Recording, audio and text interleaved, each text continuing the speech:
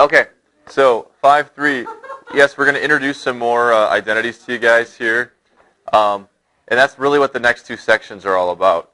Section 5.3 is sum and difference identities. And then section 5.4 is multiple angle identities. So we're going to be adding some more here. These are ones that I will not expect you to have memorized, but I will expect you to be able to use them correctly. Okay? So before we get started here, I put the identity on a sheet that you can use. And then if you need to use a sum and difference identity to do a proof, you can pull it off there and put it in and use it correctly. It's not. Okay. I will not give you the name. But when you see them, it's pretty obvious. So first of all, I want to make sure that you guys are not falling into a certain trap that a lot of math students fall into here.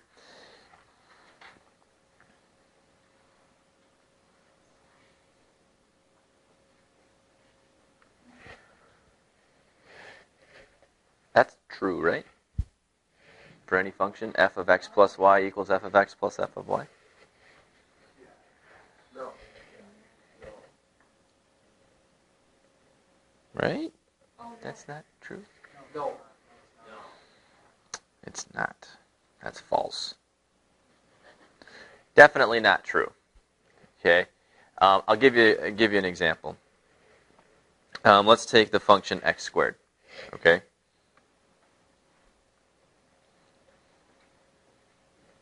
So if this was a true statement, that means I would be able to do this. Right? If it didn't matter what order I did it in, if I, squared it first and then added them each individually, or if I added them first and then squared it. So 2 plus 3 squared is 5 squared. And what's 5 squared? 25. 2 squared plus 3 squared is 4 plus 9. And 4 plus 9 is 13. Okay? So, not the same. Okay? Now, the reason that I put this up here is because the sum and difference identities for cosine and sine, a lot of students fall into this trap of trying to do this with that. So, like cosine of x plus y, there's a formula for that. There's an identity for that. But it is not this. That is not true. So put a big, fat, not equal sign there in the middle, just so we're clear. Okay? Cosine of two angles added together is not the cosine of each one individually. It's not like you can't distribute a cosine or a sine or any trig function. You can't distribute them like that. Okay?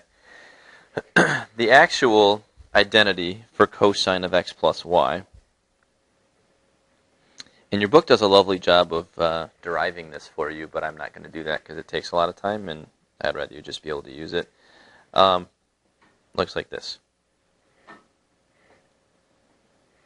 It's cosine x times cosine y minus sine x sine y. That's the sum identity for cosine. Okay, and again, I can show you where that comes from, but I don't want to spend the time to do it right now. There's also another one for the subtraction, which is really similar. See if you can catch the difference here. So if you're subtracting two angles in a cosine, the identity is this.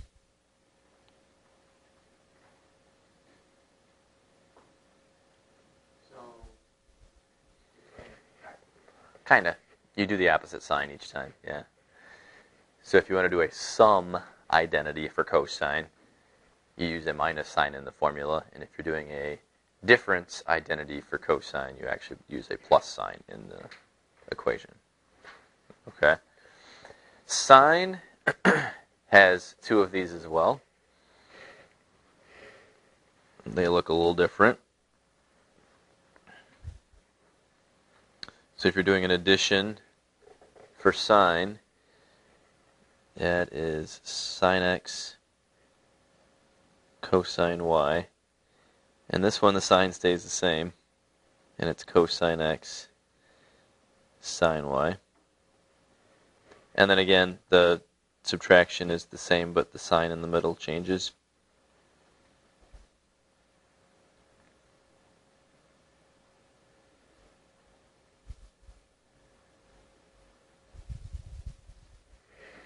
So we've got those. Now, do you guys see why I didn't have you memorize these? It's very easy to get these confused, okay? And to know when is there a plus and when is there a minus, and is it the cosine times the sine or the cosine times the cosine or what the heck. So, yeah. When I was in high school, I had to memorize them, and it was torture. But also, do you see how if you know you need to use a sum or difference identity and you see these printed on a page, it's pretty obvious that these are the sum and difference identities? What about them lets you know that these are sum and difference identities? You're adding and subtracting things in the cosines and the sines, right? It's the cosine of an addition, or the cosine of a subtraction, or the sine of one of the two. Okay? So I think you can find them pretty easy. And, by having them on that sheet, then you don't have to memorize exactly how they go, because it's really hard to remember those. So, now, we can use these in proofs. We can also use these identities to help us come up with the value of some cosines and sines that wouldn't necessarily be on your unit circle. Okay? Like, for an example, let's say I wanted to find the cosine, and I'm going to slip into degrees here for just a minute because it works a little easier with these. Let's say I wanted an exact value for the cosine of 75 degrees.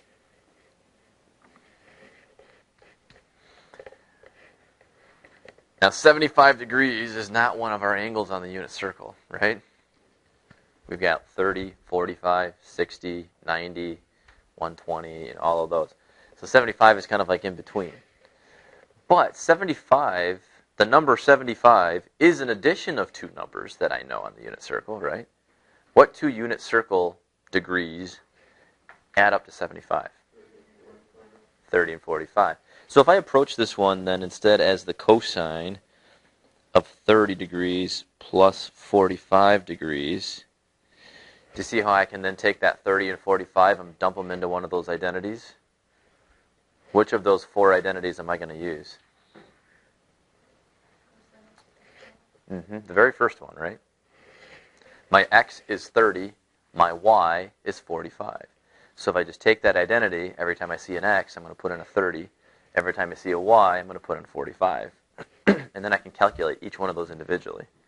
It's going to end up looking a little bit like a mess when we're done, but we will be able to get a value for it. We can simplify that up a little bit and actually get an exact value for this.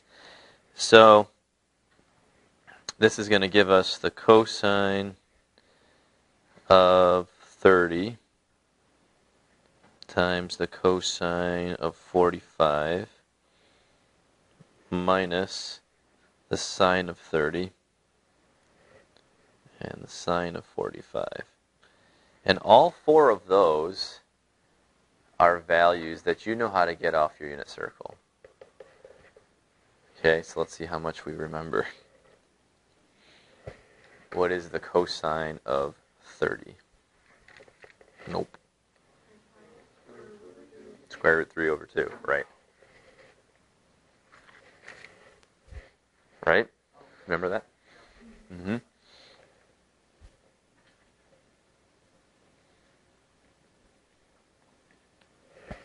Here's an easier one. What's the cosine of 45? Root 2 over 2.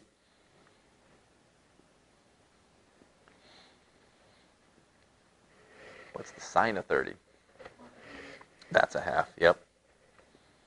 And the sine of 45? So now, I just have to try and simplify that up as much as I can. So, I will get square root of 3 times square root of 2, square root of 6, over 4, 2 times 2, minus square root of 2 over 4. And so I got common denominators already, right? So I can make this one big fraction. Square root 6 minus square root 2 over 4.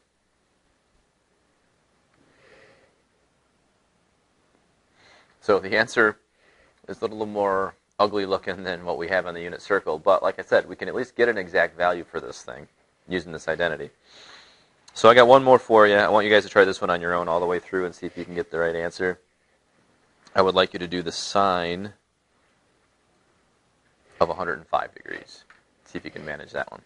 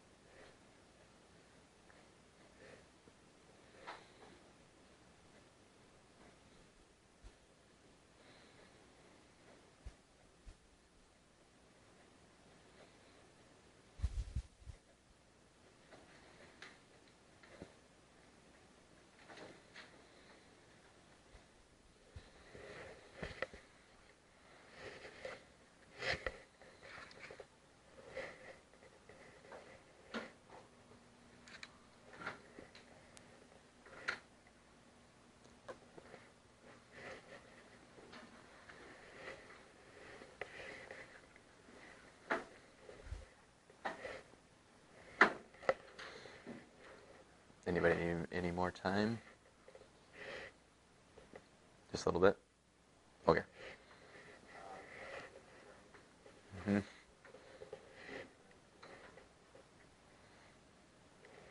The answer should be very similar to the last one. It's a little bit different.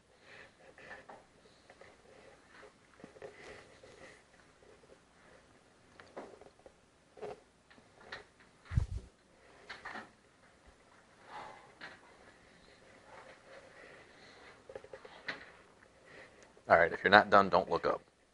But if you are, so we should have.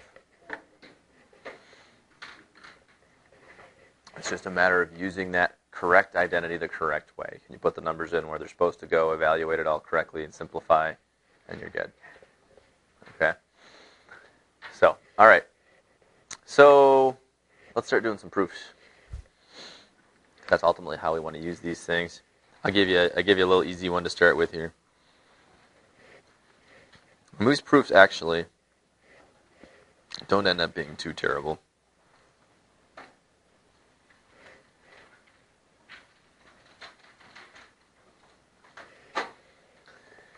Same kind of rules apply. You want to start with the side of the equation that looks a little bit more complex. And if you're going to use a sum or difference identity, you want to pick the side of the equation that has a sum or difference in the sine or cosine, right? So the left-hand side of this equation would be the natural choice for starting your proof.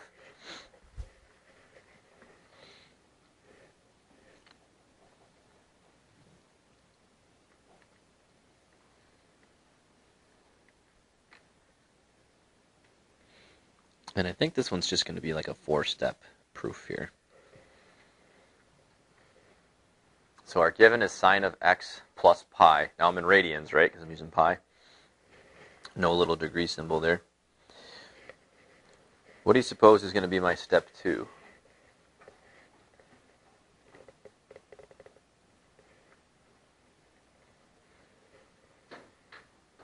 Yeah. Write out the identity form Right, to just put it in the identity, the x and the pi, have it all written out, right? So, might need to give myself a little bit more room here then. Bless you. So, sine x cosine pi plus cosine x sine pi. And that is the sum identity for sine. So, zoom that in just a little bit because it's getting kind of small now.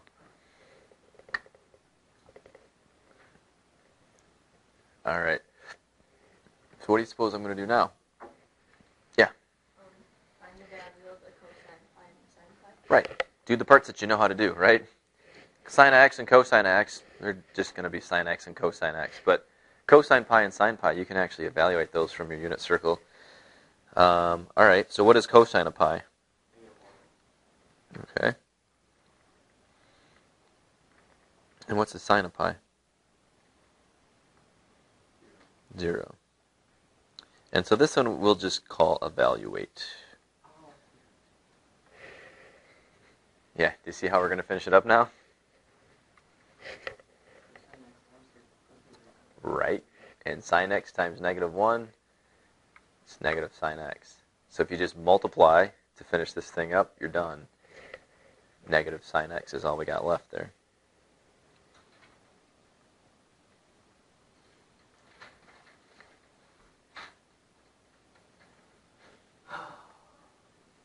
So, like I said, these proofs don't have to be that terrible, right?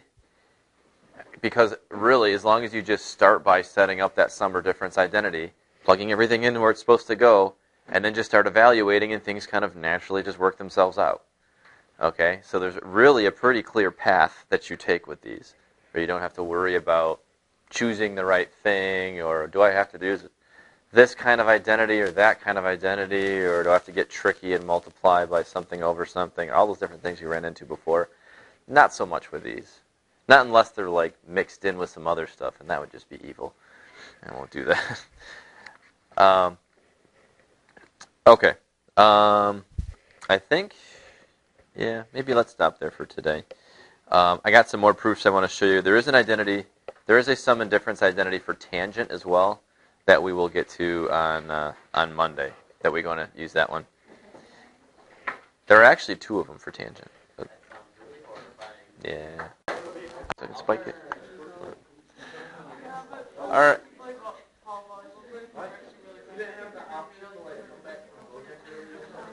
Oh. Oh.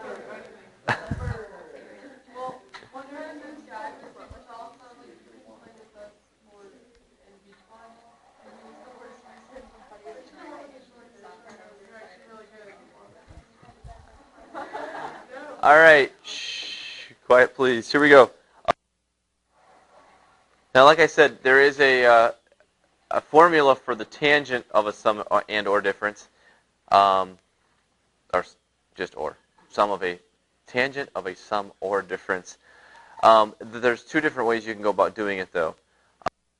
We know from experience that tangent x is sine x over cosine x, right? That would be a quotient identity. Seems to reason that if I wanted to do the tangent of, let's say, x plus y, then I could do the sine of x plus y over the cosine of x plus y. And then just take those 2 formulas we had for those 2 and just insert them in for both of those and have it go that way. And that works. Okay, that is a true statement. And likewise, you could do the tangent of x minus y. You want to do the difference formula, so then you could apply the difference formula for sine divided by the difference formula for cosine. And again, you'd have to take those 2 formulas, insert them in, and that would work too. And that's totally valid. Because there's a lot of things to evaluate in there if you're going to do that. Because remember, each one of those sine and cosine identities that are sum and difference, you've got 4 different things to evaluate, right? So you'd be doing like 8 altogether here. You'd have 8 sine and cosine around in there by the time you're done. So it can get a little bit messy.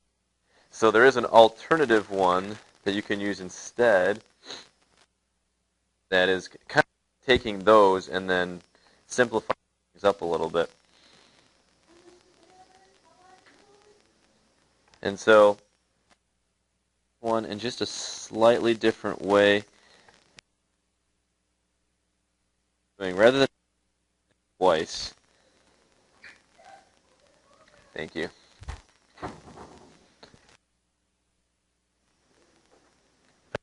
The tangent of x plus or minus y. So 2 formulas in one here, okay? The sum and the difference at the same time because there's so that is tangent x minus tangent y divided by 1 minus plus, and that's not a mistake. It's a minus plus sign. Tangent y. So what's the difference between a plus or minus sign and a minus or plus sign? Yeah. Does it indicate that it's the opposite sign of whatever the plus or minus is? Exactly. Yeah, whatever the other sign was to begin with, that sign down there needs to be the opposite. Okay? So if you were doing a sum, 2 angles for a tangent, this would have to be a minus. And if you were doing a difference, this would have to be a plus. Okay? These two are always going to have opposite signs on each other. Okay? So, for tangent then. Okay?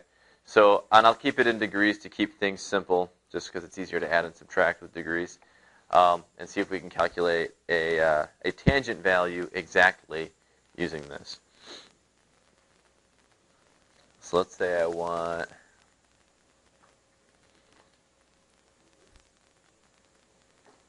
tangent of 15 degrees. So, can anybody think of a way that we can get to the tangent of 15 degrees using known angles? So what 2 angles could we use and get a 15? Yeah. 45 minus 30. Okay, that'll work.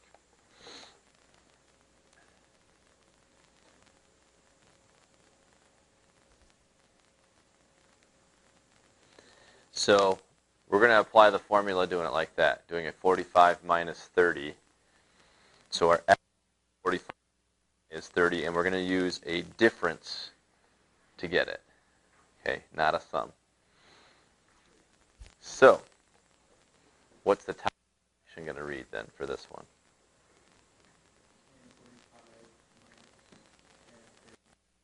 Hmm?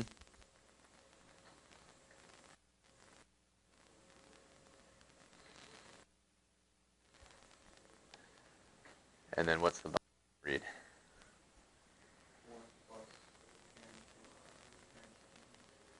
Mm-hmm.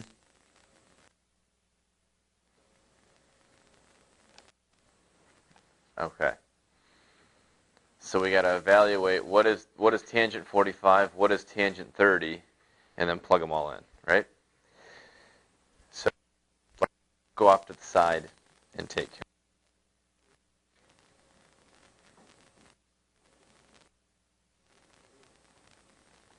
Okay, so remember 45 is pi over 4. It's exactly halfway around the first quadrant.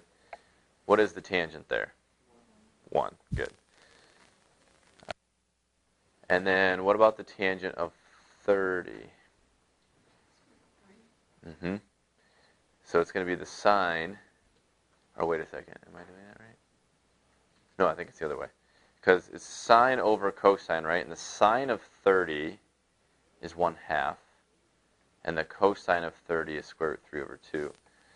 So it's 1/2 over square root 3 over 2. So this is going to be 1 over root 3. Did everybody follow that? Does that make sense? Yeah. So I think you just had it flip the other way. So 1 over root 3, or, if you'd rather, same thing as the square root of 3 over 3. Okay, and I think I'll plug that one in just to kind of keep things simple so we're not dealing with fractions inside of fractions with denominators that are roots and all that kind of stuff.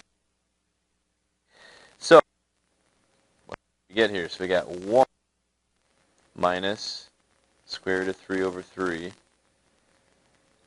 divided by 1 plus 1 times square root 3 over 3. And then the rest of the problem then is to simplify that up as much as we can. Okay.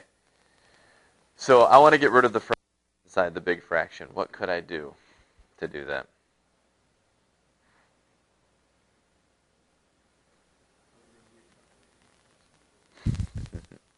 You could, but if you didn't have a calculator. Let me just rewrite this real quick. So really it's this, right? I just multiply by the 1.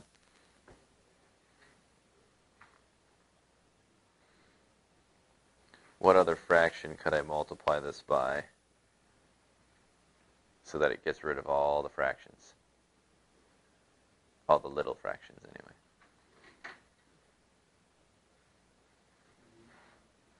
A what? Yeah.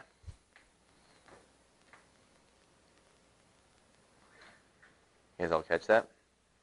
If I distribute a 3 into the numerator, to see how it's going to take care of all those fractions that are up there? Or the one fraction? And then same thing with the denominator. It'll take care of that other fraction.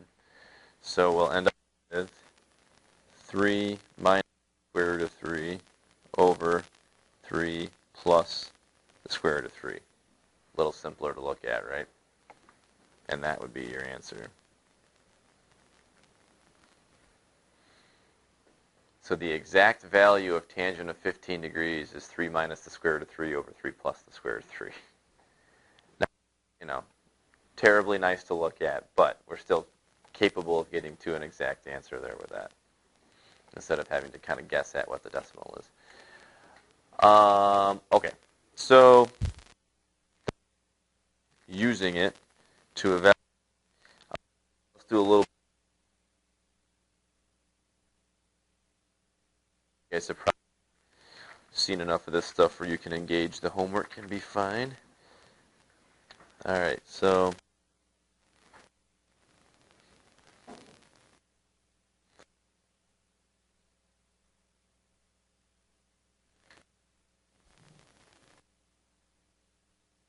tangent of theta minus 3.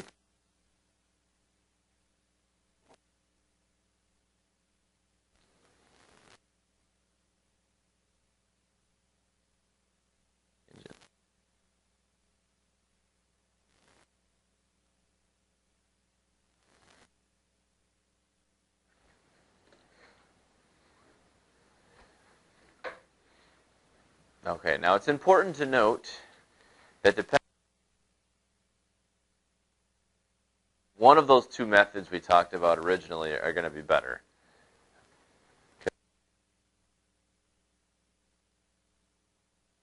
Tangents, no sines, cosines, just all tangents. This last one for this tangent of 15 degrees, because we were plugging in, we were able to get something from. Okay. That's not going to be the case with this one. Do you guys see the problem with it? If I was going to use the all tangents version of that formula, I would evaluate what? Yeah. Actually, that's not the problem, because that'll just stay a variable and it's fine. What angle am I working with in this one? 3 pi over 2. What's the tangent of 3 pi over 2? Undefined. So can I use that all tangents formula if I'm going to end up with something undefined in the middle of it? No, that's not going to work. So we got to choose a different route. So this one, we're actually going to do it the other way. A bit longer because we have to. There's no way around it. Okay, so we're going to do the sine difference formula divided by the cosine difference formula, plug into both of those, and use that to help us out with our proof here. Okay. So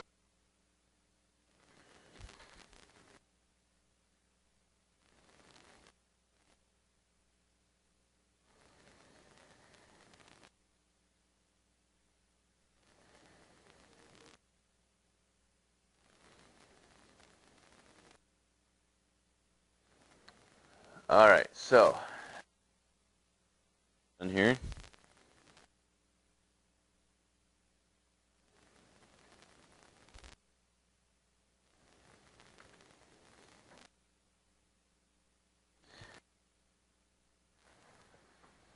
All right, and so let's just write this thing all the way out using that tangent difference formula.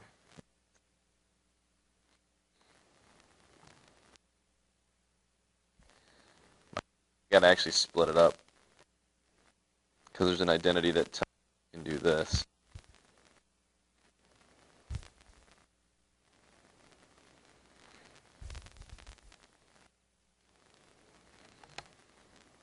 So what identity tells us that we can make it sine over cosine? Yeah, we got first.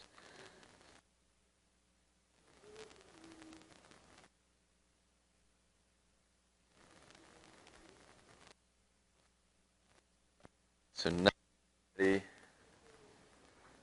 to pull out the sine and cosine difference formulas and put that all out there. So the sine difference formula I was sine y minus sine y.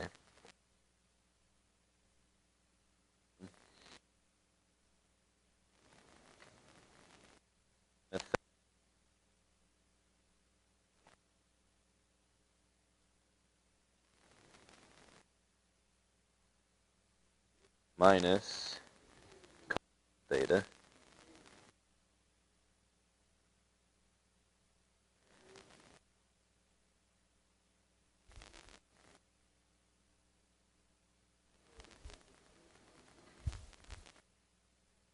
And then all of that divided by the difference formula for cosine.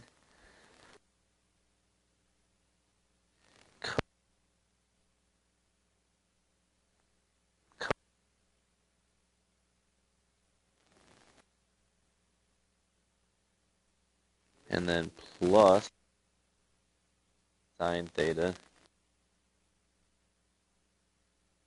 sine 3. Okay. So again, it's just a matter of going back to the original formulas we talked about Friday and making sure everything just gets placed where it's supposed to go. You've got the proper sign in the middle if it's a plus or a minus. So that's where a lot of mistakes can happen. And it's just a matter of being careful. Okay. So this was the difference identity.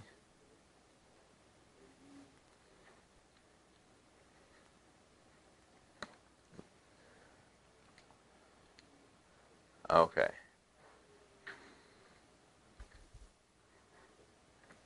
So now what? I don't want to cancel just yet. Are you trying to those cosines and sines? Yeah, you can't do that. Can't cancel things unless they're factors. So like these two cosines of 3 pi over 2, are they an entire denominator?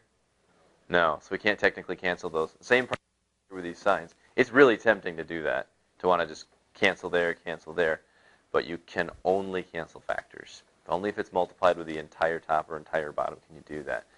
So what else can we do then? Just actually evaluate some of these things. Yeah, all the ones that have 3 pi over 2 in them, what are those? Because we can do that, right? So what is the cosine of 3 pi over 2? 0. So we got sine theta times minus cosine theta. Careful. -1. Yep.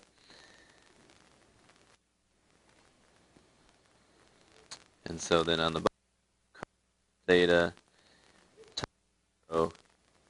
plus sine theta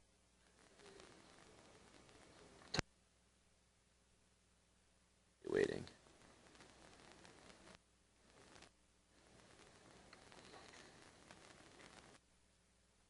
Okay, so do some multiplying there.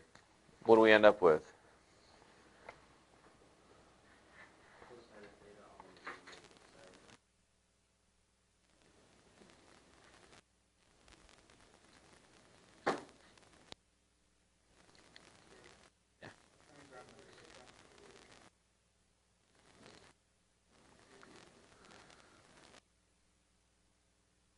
You can just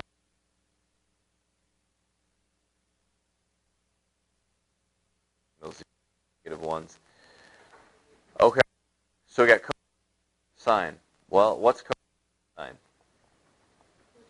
Cotangent. And with the negative thrown in, it's negative cotangent. And we're done.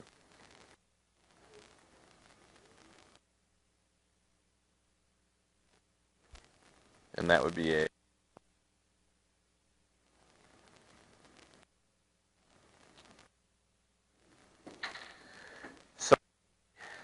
even the tangent ones, the general process through these proofs is kind of the same thing as the other ones, right? It's going to be, at least to start with, you're going to have to split it up. Potentially, otherwise you could just, you're going to, different that is, simplify what you got left and rewrite it as your final answer. They all go like that. All these sum and difference identities are pretty much the same deal that way. Okay? So, you guys get to work. You got quite a bit of time, maybe like 45 minutes here. So, most of this, and then you guys